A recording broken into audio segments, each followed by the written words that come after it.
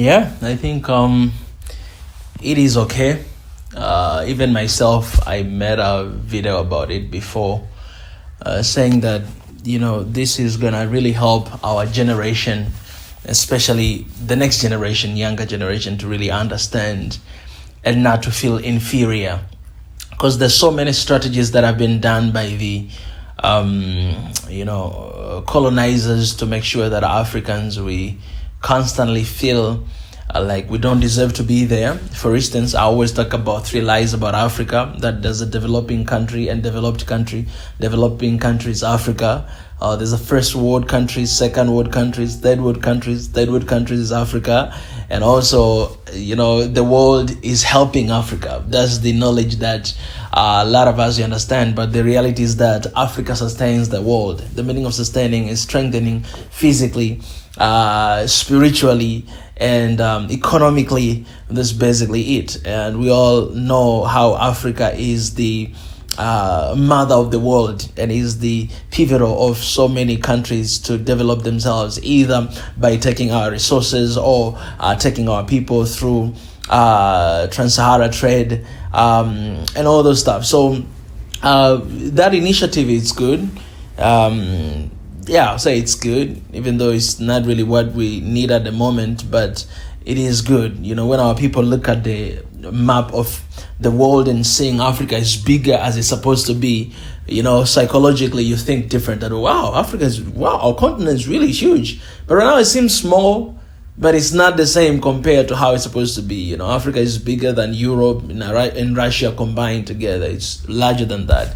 So yeah, I think that's a good move for African Union. Today will be one of those few times that I say kudos to African Union for doing that. The same way you've done that, please silence gun in the continent. Please stop the war in Sudan. Please stop the tension between Congo and Rwanda.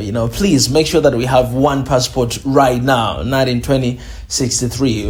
Remove the borders, all right? Introduce the single currency. When Muammar Gaddafi was here, was fighting for the single currency of Africa, and now he's gone. That vision is kind of like it's silenced, but you can do that.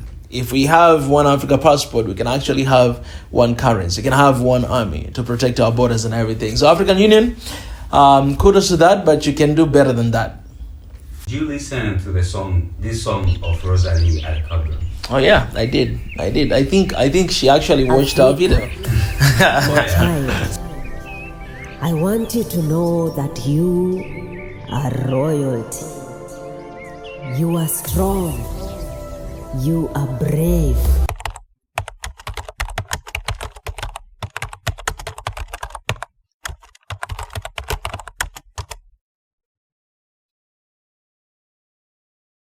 Yeah. I think the younger generation is rising up, and it's so beautiful to see people like Rosalie making that song of Al Keburan, because you can clearly see that she's not after money. She's not after the fame, but she's on a mission to really transform the continent. So kudos to you, Rosalie, for that song. I've made a spoken word of Al Kebulan. It's titled Al Kebulan on YouTube Swahili Nation, I think 5 years ago, just talking about the origin of this continent, because a lot of people, they don't know that Africa was never used to be called Africa. The original name of Africa is Al-Keblan, which means the origin of mankind, the Garden of Eden, a place where peace and love dwells. That is one of the mysteries of this continent. Recently, I've made a video how they discover all these old teeth from Homo that has been here for over 3 million ago. It means this world was here for 3 million ago, and it's been found in Ethiopia. It got me thinking that how many things are actually under our land and we have no idea about it. Because it seems like Africa has been here for ages, even before other continents were discovered.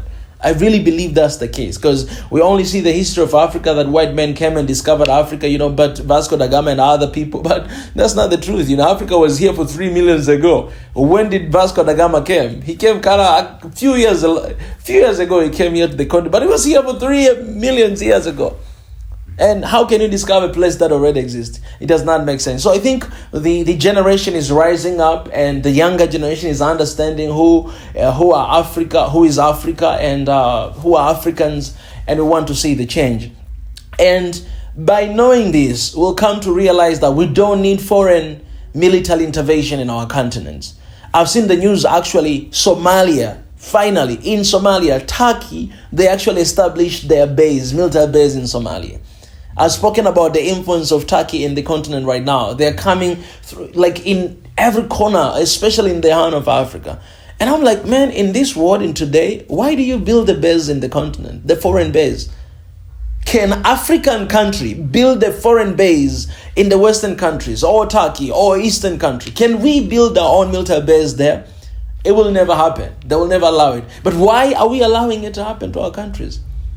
Do you think the agenda is to stop wars and everything that is happening in the continent? All right, in Djibouti, there's more than 8 different military bases from 8 different countries. All right, in Somalia, the same thing. But do you see peace? You don't see peace, but you see chaos. These people are opportunistic, opportunists. They are here to find the wealth and to own the wealth of the continent. But I don't know why we don't understand that. So I think the foreign military intervention in the continent, it's not their problem, but it is us who are allowing them to come in. We have seen Burkina Faso, Niger, and Mali, how they stopped and they kicked away France, they kicked away United States. Now they are collaborating and partnering with Russia. So we are the one that we have a power to either kick them away or to welcome them in. And I do not understand. We don't see the bigger picture that Africa is going to be the land of battleground. That between Russians, between Chinese, between Americans, Europeans, if the war erupts today, they'll be fighting in our land. And we do not think about that. Because I'm telling you, these wars, they never really happen in their countries. They happen in the battlefield. And Africa, it has been chosen to be a battleground for the proxy wars. So Africa is the time to wake up. There's no benefit for these foreign military bases to be in Africa. There's only disadvantage. And that's what I see. Africa, we should have our own military bases in the continent. We should have one Africa military bases all across the land of Africa to protect our borders, to protect our people. I don't see the interest of United States or China, or Russia to protect the land. No. They're here for themselves. And that's just the reality. We can agree to disagree, but at the end of the day, you come to realize that it's not what we think.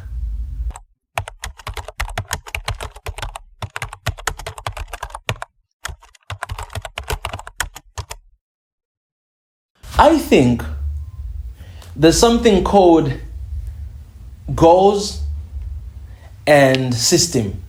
I've read a book called Atomic Habits.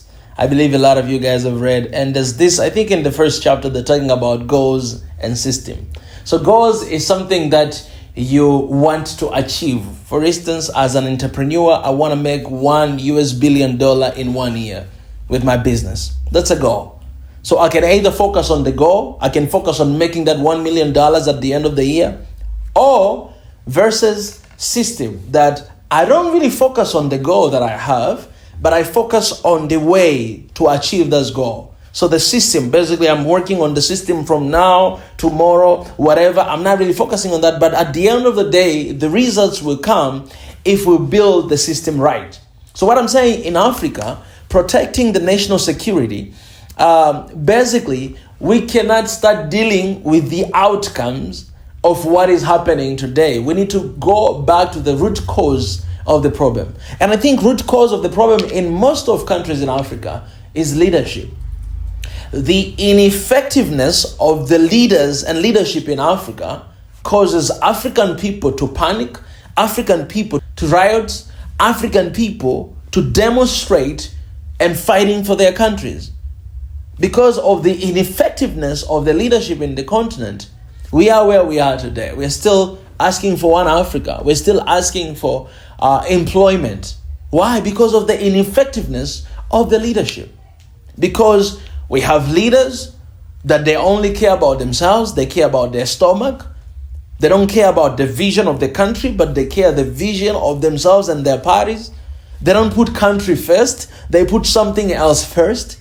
They're not there for the people. They forget as soon as they get into the office. They just remember about their own families and their own people surrounding them. They're just giving deals to one another, but they leave common mwananchi with nothing. As a result, it's going to be impossible to protect the nations, because people, they're going to riots. People, they're going to get mad. People, they're going to get angry. That is what exactly is happening in Kenya.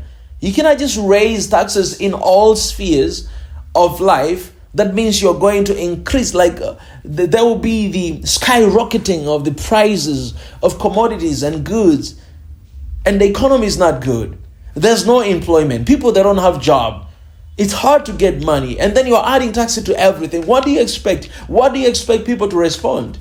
And that's what you'll find in the country of Kenya. So we need to go back to the root cause of the analysis of the problem. We need to go back to address those issues. We need to change the system. We need to bring back the discipline in leadership in Africa. You need to know that you are there to serve your people and not to serve yourself. You need to put your people first. So as a leader, you need to come up with the best case outcome or best case scenario to actually solve the problem and make the lives of the people better off. And if you do that, we're not going to struggle with all this demonstration or whatever. No, there'll be tension here and there, but there's not going to be anything serious, because if you make people happy, then your leadership, your regime, it will be happy and it will last long as well. That's what we got to do.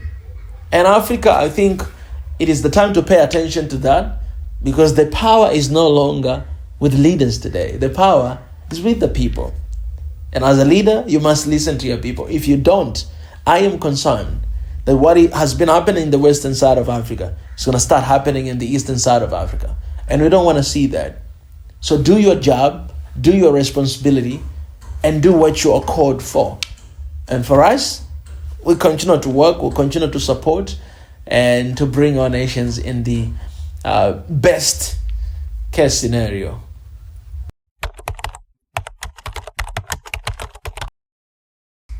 That's what is happening in Africa all the time. Politicians, they are really good at distracting us through entertainment, through sports, through gossips, news. And that's what exactly happens in Tanzania as well. And I don't know what kind of people we have in the continent that we easily forget. We easily forget our purpose. And I think we are struggling with finding the purpose of our fight. I think a lot of us are just going outside to demonstrate because of the emotions that other people are going outside. Then I'm going to go outside, hey, that makes some noise. We're going to make noise as well. Just kind of like you're a fan of football. That's what exactly happening, right? So it's easy to be swayed away by any wind that is coming upon us, right? But if we know what we really need, we need the change of the regime. We need the transformations in our countries. We need employment in our countries. We need our economy to prosper. If we know that, we're not going to be swayed away by anything. But we lose focus easily. I think if we truly want to see the change in Africa, we need to have a common voice as a people. We need to say the same thing. And I don't understand, from when people started to pledge their loyalty to the political parties or to the politicians or to their tribes, we forget about nationalism, we forget about their country, we forget about patriotism, but we pledge our focus and our commitment into parties. Let me tell you this, man. Being committed to your party, it doesn't mean that you cannot criticize. It doesn't mean that you cannot walk away when things are not going right. It doesn't mean that you cannot say no to the leader or to anybody when things are not right. Being loyal to your party, it means you're going to tell them when something is wrong. You're going to tell them when something is right. And you're going to place your country before anything else, because that is the big picture. The country was here even before your party was here. The country was here even before your tribe was here. The country was here forever. We've learned 3 million ago, this continent was here, and more than that, it was here. So I think we need not to lose the focus. Yes, we can enjoy. Yes, we can have entertainment. Yes, we can watch sport. But we should remain in our cause. We should remain in our lane to fight for our countries. If we'll not be distracted by all these different winds that are coming upon us, I believe the change is very near to come towards East Africa. It's right there. Who is the enemy of Africans? I always talk about 3 enemies of Africa. The first one is mindset. That's why in our mission, we say this: decolonize the mind through authentic knowledge.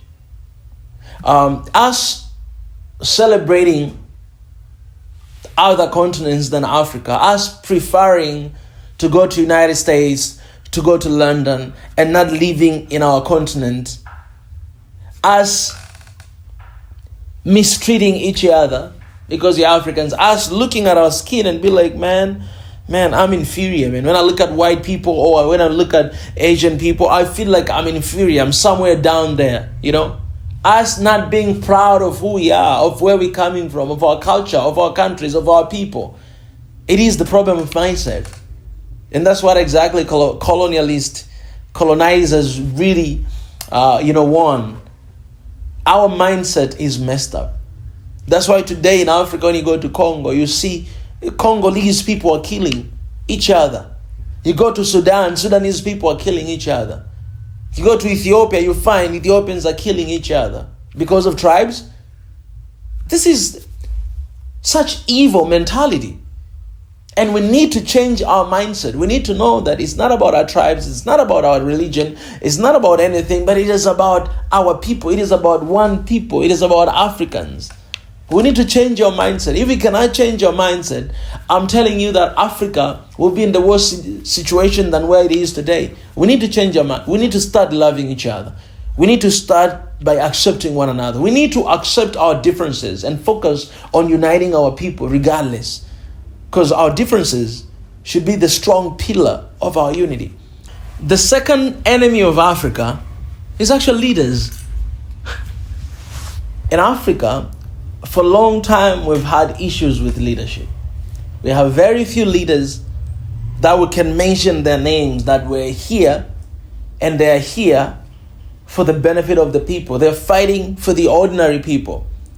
But leaders, most of the time, they've been sabotaging.